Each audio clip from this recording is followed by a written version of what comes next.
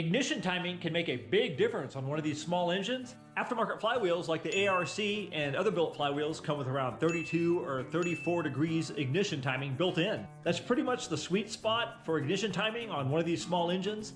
But if you have a flywheel that only has around 18 degrees timing built in, like this cast aluminum flywheel, and you want to change ignition timing, it can become a big ordeal using a degree wheel or a timing key. You have to pull the blower housing, you have to loosen the engine, pull the clutch, add a crank stop, remove the flywheel nut, and then use the puller to remove the flywheel, and then either set up the degree wheel or install a flywheel key and then reverse the process. But what if there was another way to change ignition timing on one of these small engines in maybe a couple minutes?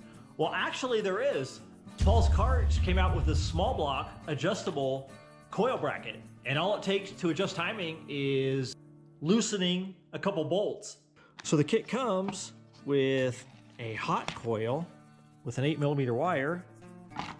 So then you have the bracket here, which is totally adjustable, and it has the timing marks here on the side, and each mark is 1 degree, and you have 12 degrees of adjustment in the bracket. Then it comes with all the mounting hardware. So I have the perfect bike to test out this coil mount. I have the GTS bike with a Predator 224, and it has a 18 degree cast aluminum flywheel. So I'm gonna install the coil bracket on this bike, and I'll take the bike out for a 0 to 30 and top speed with its 18 degrees timing. And then I'll do some quick timing adjustments with the bracket, and then I'll take the bike back out for a 0 to 30 and top speed, and we'll see if we gain any performance by advancing the timing. So this should be a pretty straightforward install. So it's going to be nice being able to adjust the timing on one of these cast aluminum wheels, especially with only 18 degrees timing built in. So in the instructions that come with the kit, it says to take about 1/4 of an inch off of these tabs or these bosses here. That way the coil will set back in there farther and align with the magnets. So that should be easy enough. So set my caliper here to about 1/4 of an inch. That way I can mark those bosses.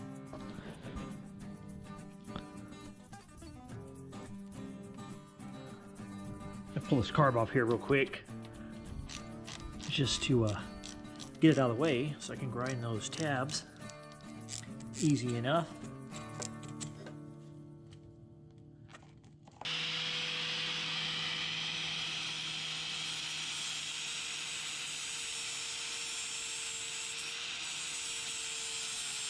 I got the tabs ground off. I pulled that intake off just to get it out of the way.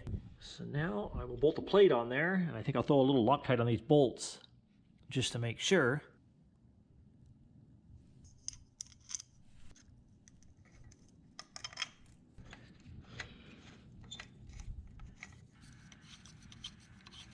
And that grinder makes quick work of this aluminum, so you got to be careful not to go too far with it on these tabs. And on the coil, it comes with these spacers here that you put between the coil and the bracket.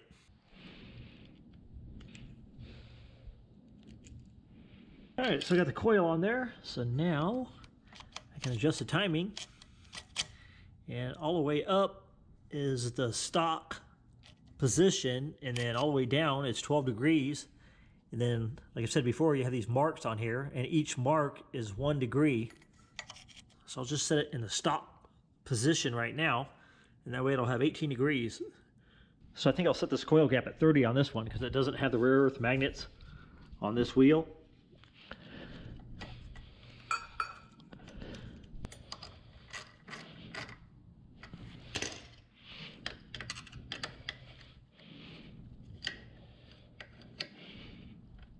All right, there we go, easy enough.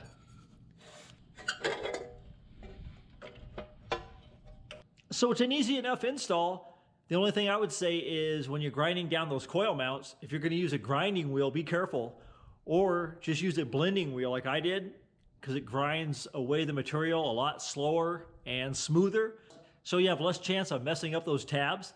So now I'll go run the bike around with 18 degrees timing, and we'll see how it runs and then I'll come back and advance the timing and we'll see if it makes a difference. So for this test, the bike's running a 12-tooth clutch. So it's not going to have much top speed, but it should get up to speed pretty quick.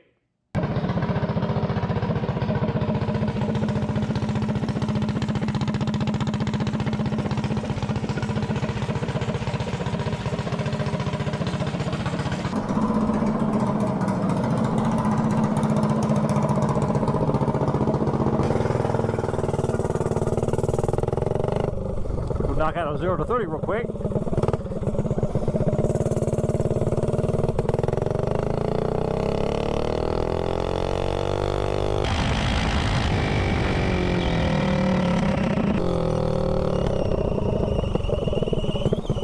Seems like it gets up to speed pretty quick with this 12-tooth clutch. All right, 0 to 30.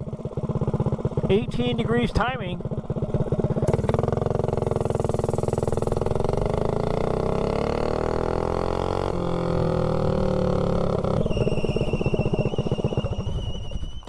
So it takes it a second to get going with the timing set at 18 degrees.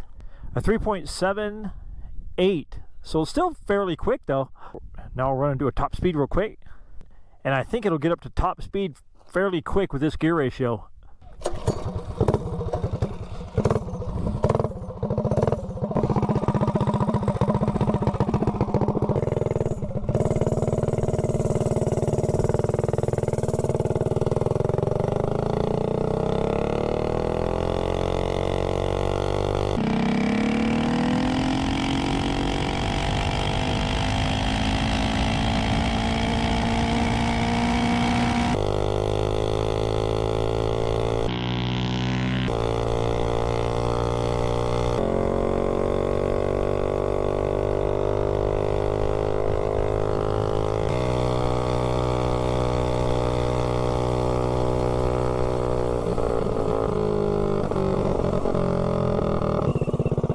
Yeah, it gets up to speed pretty quick.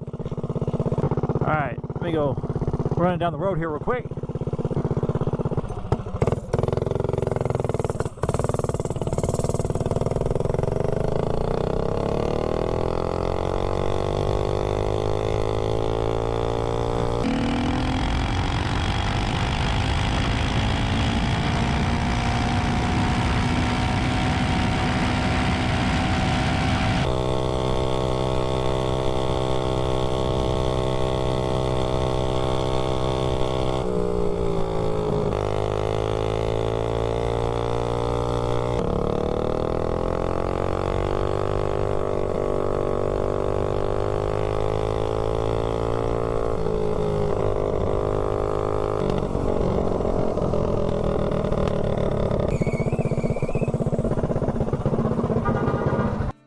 So with 18 degrees timing, we did 54.91 and 3.78 0 to 30. So now I'll throw some more timing at it and we'll see if it makes a difference. So this should be the easiest timing change ever.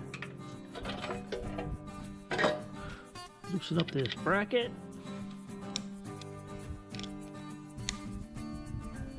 Move these magnets around so it's not trying to stick to it. So if I add 10 degrees timing to it, should go from 18 to 28, so that's a pretty big jump.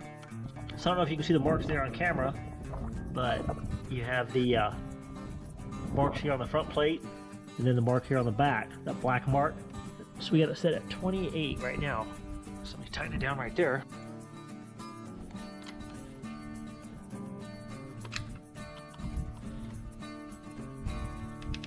So that was pretty much the easiest timing adjustment ever. I threw about 10 degrees at it, and that was pretty much the fastest timing adjustment ever on a mini bike. So now I'll take it back out, and I'll see if I can beat 3.78 0 to 30 and 54.91 top speed.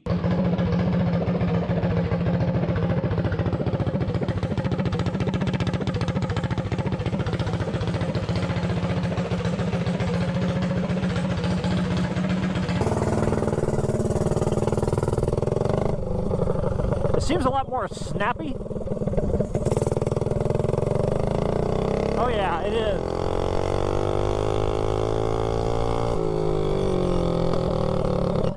Yeah, you can definitely tell 10 degrees timing makes a big difference.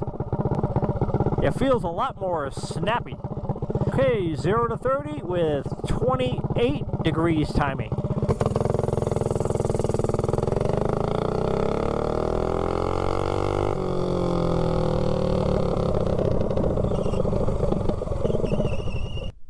A 3.67.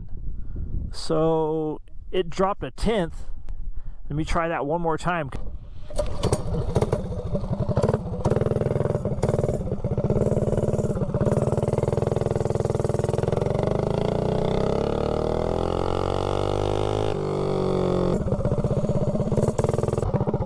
Definitely likes that bump in timing. All right, let me see if I can beat 3.67. Second attempt, 0 to 30, 28 degrees timing.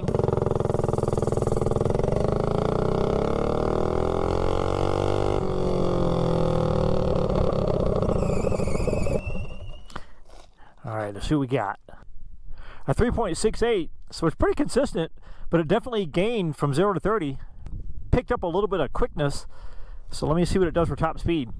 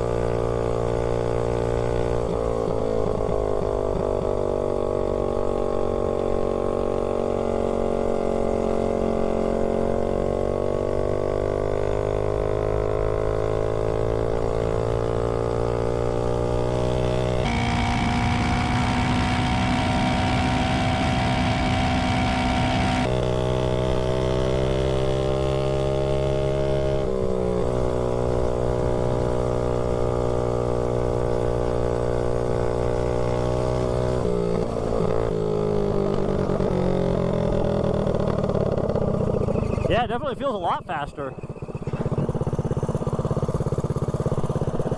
All right, let me take it down the road here.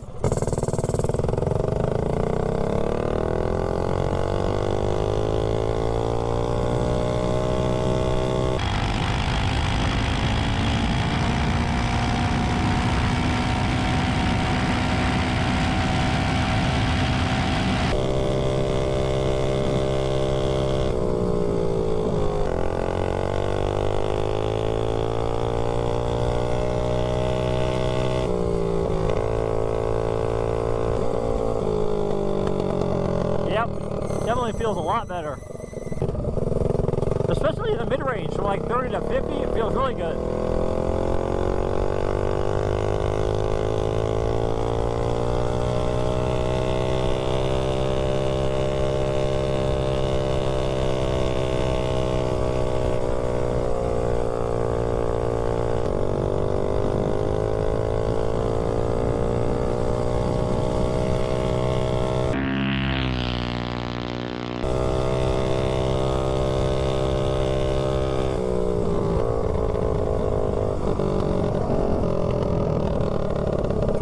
Yeah, it definitely feels a lot better.